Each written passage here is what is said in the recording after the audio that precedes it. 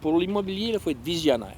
À la fin, tu fais des erreurs, tu gagnes, tu perds, mais la ligne d'en bas, il faut que tu gagnes.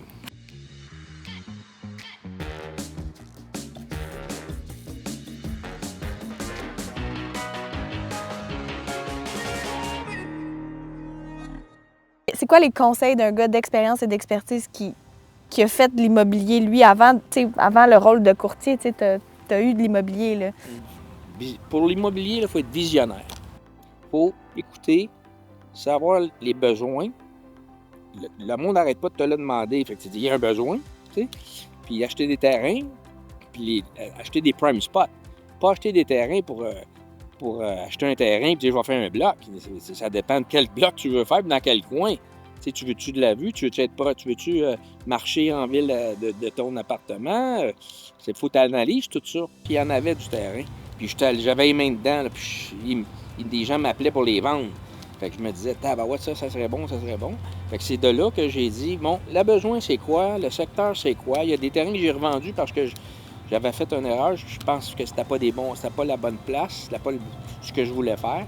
Fait que là, on est 25 ans plus tard, j'ai des blocs en construction pour mes locataires parce que je vends la maison des gens qui veulent venir devenir mes locataires. Fait que c'est intéressant. Moi, je fais les deux jobs. Je vends leur maison, puis j'ai un mot à du bon locataire. Je viens de vendre leur maison. Je sais qu'ils ont de l'argent pour me payer. J'ai vu leur maison, comment c'est propre, comment c'est bien entretenu. Mes appartements vont être la même chose. Fait que j'ai la chance de faire ça. Mais ça s'est développé. J'ai pas fait ça. Ça m'est pas venu tout seul, là. C'est l'idée que j'ai eue de faire ça. Puis aujourd'hui, ben j'ai plusieurs portes. Puis c'est des revenus parce que quand je vendrai plus de maison, j'ai plus de revenus, là. Fini. Fait qu'il faut que ça vienne de quelque part. Mais comme tu dis, je pense que c'est l'esprit visionnaire que tu as eu dès le départ qui t'a propulsé à... Oui, ça m'a aidé beaucoup, beaucoup parce que, puis en plus, j'avais la demande. Fait que je me disais, bon, ma vision est bonne parce que j'ai de la demande pour faire ça. Comme quand j'ai construit à Tête du Lac, là-bas, j'ai construit deux 12 logements. Ça se vend aujourd'hui. J'avais de la misère à y vendre 189 000 puis 219 000 dans le temps. Aujourd'hui, je vends 450 500 000 puis je n'ai vendu un de 700 000. Aïe, aïe. Là, 2 mois, 3 mois. Fait que, tu sais, fait qu'il était à la bonne place. Et il y avait de la vue, parce que les gens ne pouvaient pas acheter des bords de l'eau. C'était trop cher, mais ils voulaient une vue, puis une vue sur l'eau. Fait que j'ai acheté des maisons, je les ai démolies, j'ai construit, puis après ça, j'ai été loué parce que je suis après des ventes. Puis aujourd'hui, 25 ans plus tard, j'en ai encore. Fait que ça fait des beaux fonds de pension. Puis en même temps, moi, j'aime faire ça, là. J'adore faire ça. C'était mon rêve de faire ça. Puis aujourd'hui, je suis capable de le faire. Puis je pense est-ce qu'il y a des lois aujourd'hui qui empêchent les gens de faire ça? Mettons quelqu'un qui veut juste acheter une maison, la mettre à terre, bâtir des logements dessus. Y a-t-il des lois par rapport à ça? Bien, il faut avoir le permis. Il faut que la ville t'autorise à démolir. Puis ils vont t'autoriser à démolir si tu construis. Parce que les villes ne sont pas là pour démolir des villes, ils sont là pour les construire, les faire fructifier. Fait que quand tu as le plan de quelque chose à construire, ils vont te permettre de le démolir. Puis il faut que le zonage le permette aussi. L'autre affaire, c'est ça. Faut pas acheter un terrain et penser que tu vas faire un 4 ou un 6 logements ou un 12 logements. Il faut que le zonage le permette. Fait que ça, c'est toutes des connaissances que tu fais en temps allant. Là, puis tu regardes les règlements, puis tu les suis.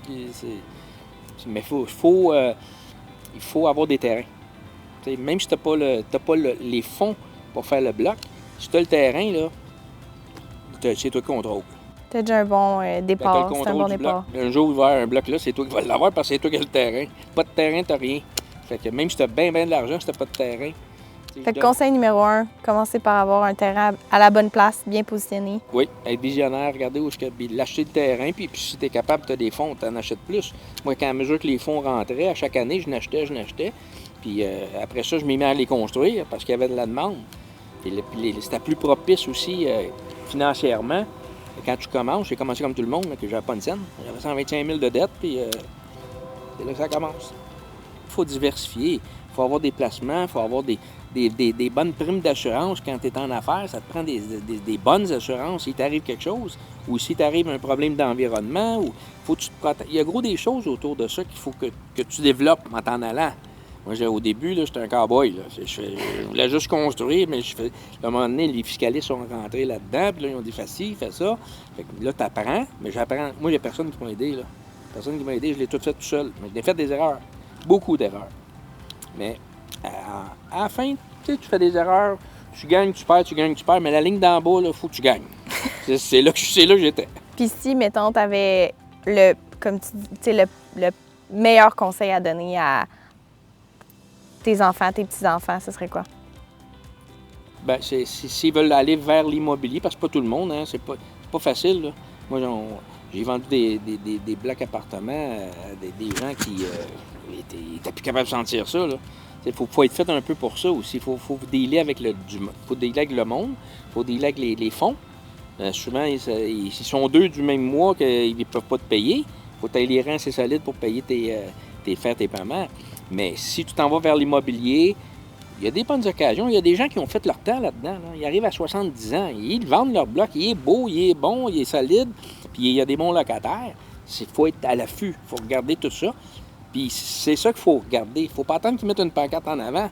Des fois, tu dis, oh, lui, il est à veille de prendre sa retraite ou il ne veut plus de bloc, il a parlé des ventes. Tu peux t'avancer et aller voir ça. Tu vas peut-être bien, il va rester surpris. Il va peut-être t'en financer une partie. Ta mise de fonds, tu ne l'as pas, il va te financer une partie parce qu'il connaît son bloc. Il sait qu'il y a du revenu. Fait que, tu sais, faut tout regarder. Mais l'immobilier, un peu des primes d'assurance, un peu de placement en action, des REER, un petit peu de tout, là. Puis, tu peux pas... Moi, l'immobilier, ça a été lent au Québec. On a eu comme une dizaine d'années, là, ça prenait pas de valeur. Puis, on voyageait, puis on voyait tout était cher. Puis, Magog, c'est donc bien pas cher. Mais ça l'a jumpé. Là, on a rattrapé notre 10 ans. Là, ça l'a doublé, les propriétés. Fait que là, à un moment donné, c'est un REER. C'est un REER, il faut que tu sois patient. Faut que tu, à un moment donné, ça va prendre la valeur. C'est impossible, ça ne va pas par en bas. Surtout la construction, le coût que ça coûte à construire aujourd'hui. Là. Ça n'arrête pas de monter, ça ne baissera pas. Là. Fait que, tu sais, l'immobilier, ça va être...